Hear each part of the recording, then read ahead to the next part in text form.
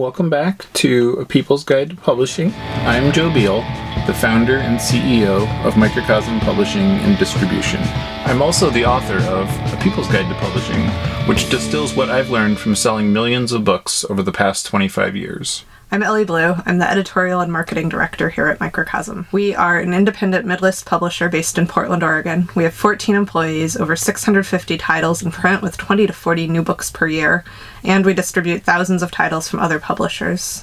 We started this podcast so that we can share what we've learned with newer publishers so that you can learn from our mistakes. Or maybe you just want to understand the publishing industry. This week, we are going to discuss how to know if a book is successful, or rather, to the point, how to know if a book is going to be successful. Should we introduce our guest today? And we have a new host. Not a guest at all. Bernard Chupacabra III. Good job, Bernie. Fairly new to this world. Good podcasting. It's not really a talker, unfortunately. Maybe fortunately. Our podcast guests. Anyway, sorry, we had a topic. Mm-hmm. How do you know if a book is going to be successful or not before you publish it? I think in their first edition of the People's Guide, there was like a 21-point program that was basically like how you know which books are going to be successful or not. But you've simplified that formula. Dramatically. Are you ready for some math? Because this is kind of the constant thing or the constant question I am faced with where, people think, in the record industry, it's called having golden ears, where you can detect money because you can hear it. And that's what the A&R people do is they're figuring out what's going to be hip. But in publishing books, I would say it's much, much easier is the good thing, because there's just not as many factors. And, and I guess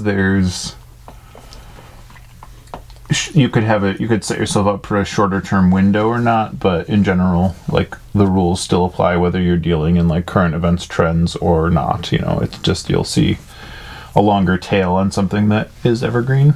So what are the factors that you think most people use to choose what books to publish? How much they like it, how it fits into their publishing program, how much guilt they have about not publishing this kind of book or this kind of author. Oh. Or they're excited about the author. Yeah. But I would say all of those are sort of secondary, and I've seen it more and more on the Twitter that you're not publishing an author, you're publishing a book. Which is forever the thing that I bring people back to, or at least attempt to. Because so often people are inundating me with oh, would you be interested in publishing this author? And I'm what's the book? Because that matters a lot more. Right. We have worked with people based on their authorial status before, and the books have not sold that well because...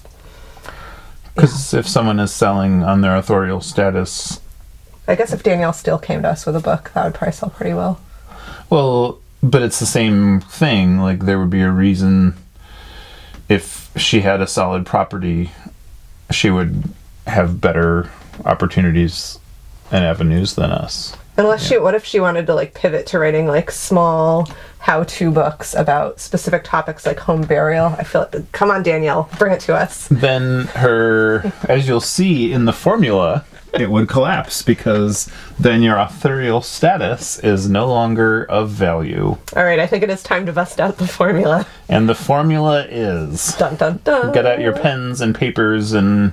Ready to math. Smartphones and dumb phones. You start with demand, how many people... Well, I guess let's start with the entire formula, then we'll unpack and explain the formula. Demand divided by supply times credibility times access. Equals basically yes or no.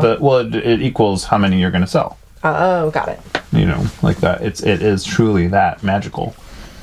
One formula to rule them all. So let's get down into it. What do you mean by demand?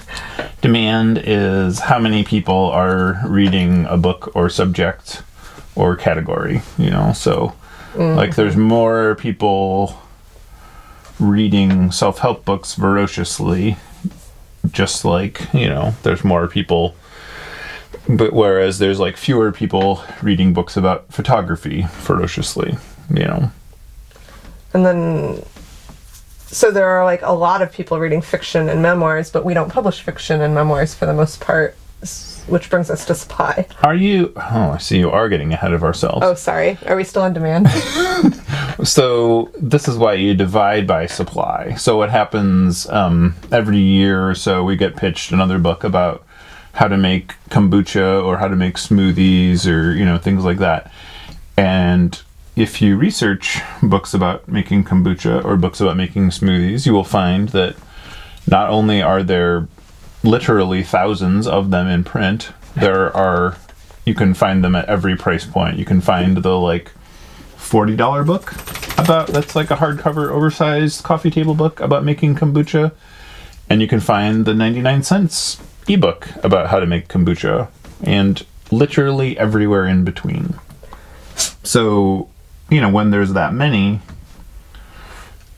you're massively shrinking that amount of demand, because you're saying, by looking at the number of books in print, the supply, and a good way to judge the demand is to look at the ranking of a category on Amazon. That's like, that's a layperson model, like a more advanced publisher version would be to like look up, categories in Nielsen Bookscan or whatever it's called today.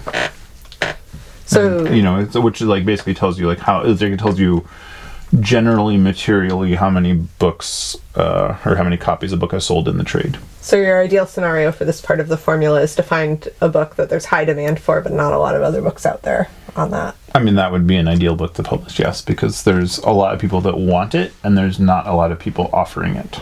But then we have our other criteria. But you can even it can be okay if you have a lot of people offering it, but there's that much demand for it. See, again, self-help. That's true. Lots of people writing self-help books. A lot of failed self-help books. But yet a lot of people reading self-help books. So,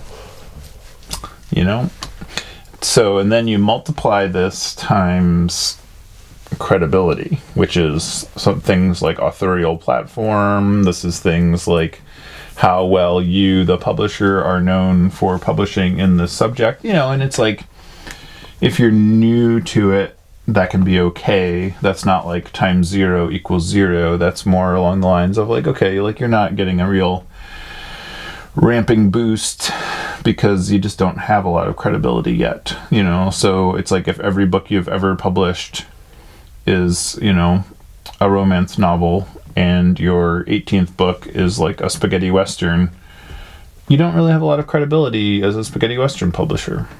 It's fairly adjacent though, so you can take that little hop, skip, and a jump.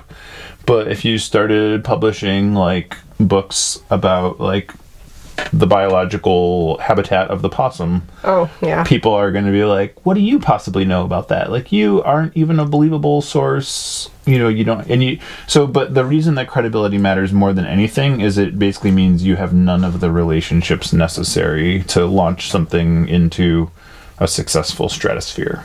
Right. Like, you don't know anyone in the press. You don't know, like, the people that would buzz about your book. You don't know the people that would write you blurbs. You don't know the stores that would sell it. You just don't know the blogs. You probably don't even know how to develop it.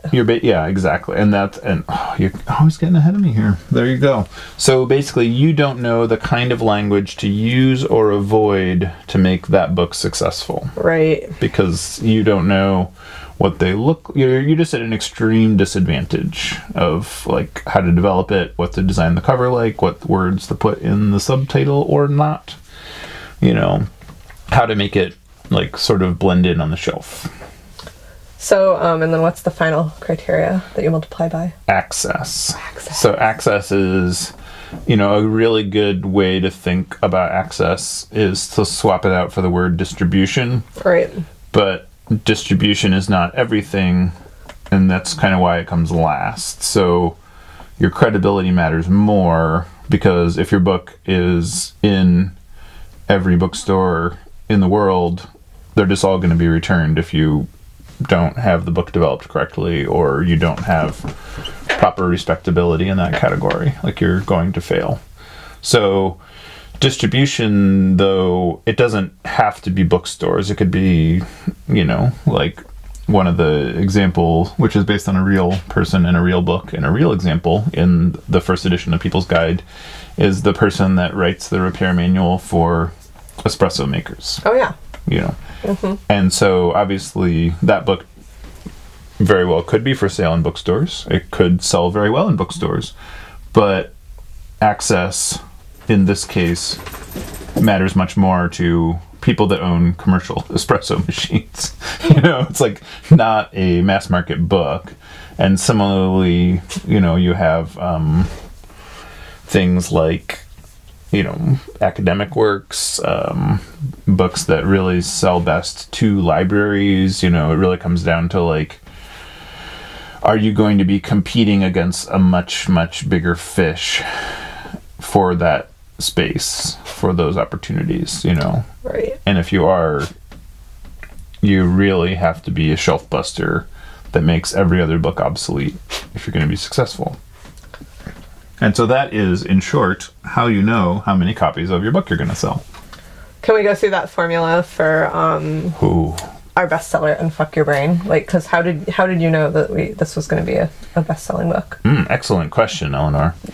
So the demand is immense. Right. The people that read... So Unfuck Your Brain, for those unfamiliar, is a book about how trauma governs all aspects of the brain's decision-making mechanism. So how it, like, sets you up for being angry, and how it sets you up for, just not making, like, careful, decisive, decisions in your life. So there's a lot of supply. There's a lot of demand. So we divide that lots of demand by lots of supply. And, we're still doing pretty okay. Like, this wouldn't be an ideal scenario, but we take that and we multiply that by her credibility, which is immense. She's been a practicing trauma therapist for couples for decades.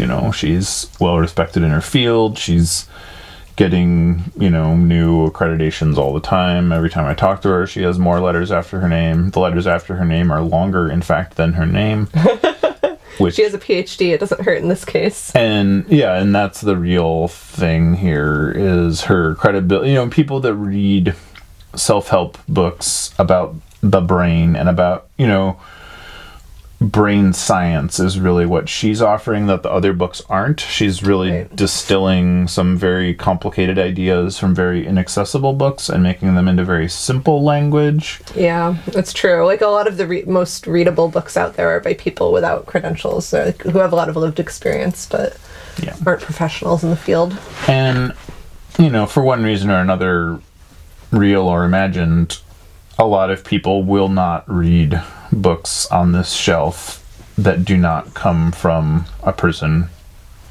They need a PhD after their author's name to find the book credible.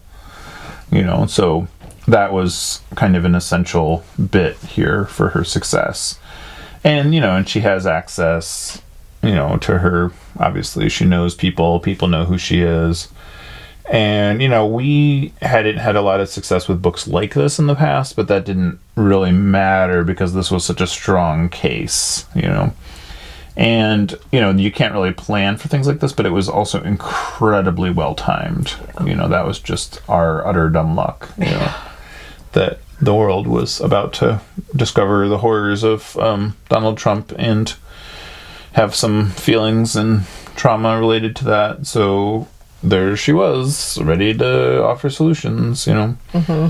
And we did have, the last point, tremendous amounts of access. We had the ability to reach thousands of retailers. We have a sales force. Books like this do very well in just about any kind of retailer. Certain types of, like, neighborhood independent bookstores squirm a little bit at the use of the F word, but that was essential to her ability to speak authentically and honesty and clearly to her audience. So we couldn't really take that away, and we are, I guess we'll see. The interesting experiment is unfolding presently, where we publish Befriend Your Brain, which is the middle reader variant of no swears. And, this is something that people have asked us to do for 5 years. I mean, it's not going to sell 10% of what Unfuck Your Brain has. I mean, Unfuck Your Brain across all formats has sold millions, just that book alone, So, if we're really lucky, this book will sell, 15,000 in paper and, maybe, 300,000 in audio. Right. But it's not likely. I mean, it's much more likely that it will do less than that. As most books do. And it will sell, it'll maybe sell, 5 to 10,000 ebooks, realistically. But then again, unless libraries really become a major backer of it, there's always surprises. It's just not. So you're saying the F word is an important part of the formula for determining how many copies? Yeah, so this is I'm trying to address the many points that people bring to me where they're they're normally there's so many self-help books. How did you know this would be successful? And I was like, well, because she has the credentials. The book is actually distinct, and it's not just rewriting the other books on the shelf. And we had the ability to bring it to market and she has credibility. And it was before the F word became saturated. Yes. Yeah. Which fatigue around the use of this in book titles has hit, but we aren't really seeing it because we were a progenitor. Mm-hmm. And that's sort of her brand also. If we had every author had that in their title, I don't think. We had to put it in the title because she uses it so much that we were people just have to know right away to walk away if they don't want that. Yeah. But it ended up working in our favor. And, and it is funny because still there's lots of people that are like, this book has full of swear words. And you're like, did you read the cover? Right. I suppose you missed the detail. but so that is more or less, and so I know I do feel like this is often the book I pick on, but that we published a book, Amika's World, with, Jane Goodall, with the first Jane Goodall Fellow, and how he adopted a large... Maria, a flightless bird. From South America that really only exists in our continent for meat. And he rescued it, and it lives with his family. And, this is a book that's, made of gold, except we have no credibility in the sphere. So we are not... That's not the kind of book that people look to us for. We aren't a nature publisher, and so we didn't know all the basic things, why this wouldn't work. Anybody that sells books about birds does not want any books about birds outside of their native habitat, Right. And so they only will... There's so much we didn't know. And there's so many things like that you couldn't know if you were outside of it, Whereas, mental health was something where... I was quite a bit more knowledgeable to create better decisions around it, So, even though there's a fair amount of demand, it's also Jane Goodall has lots of books. There's not a tremendous amount of supply of books about, flightless birds, or there's a lot of books about birds broadly, but not books about birds quite like this. But that ended up being, often it's for a reason that we know now and did not know then. We learned that one the expensive way. So that's kind of 2 ABs. And, most books we don't need to aim for really high or really low. We just need them to aim in the typical range of book sales. The average book sells 2,000 copies in its lifetime. We aim a little bit higher than that, but that's okay. We don't need every book to sell millions. We need every book to sell thousands. So it's really only problem when they don't. So let's reiterate that formula one last time before we close. Demand divided by supply times credibility times access equals books sold. Thanks for joining us once again. Please send your questions to podcast@microcosmpublishing.com so we can answer them on future episodes. And please give us 5 stars on iTunes and everywhere else that podcasts are reviewed. You can find us on the internet at microcosm.pub, On Twitter at Microcosm, on Facebook at Microcosm Publishing, on Instagram at Microcosm_pub. and here in Portland, Oregon on North Williams Avenue. Thank you so much. Have a wonderful week.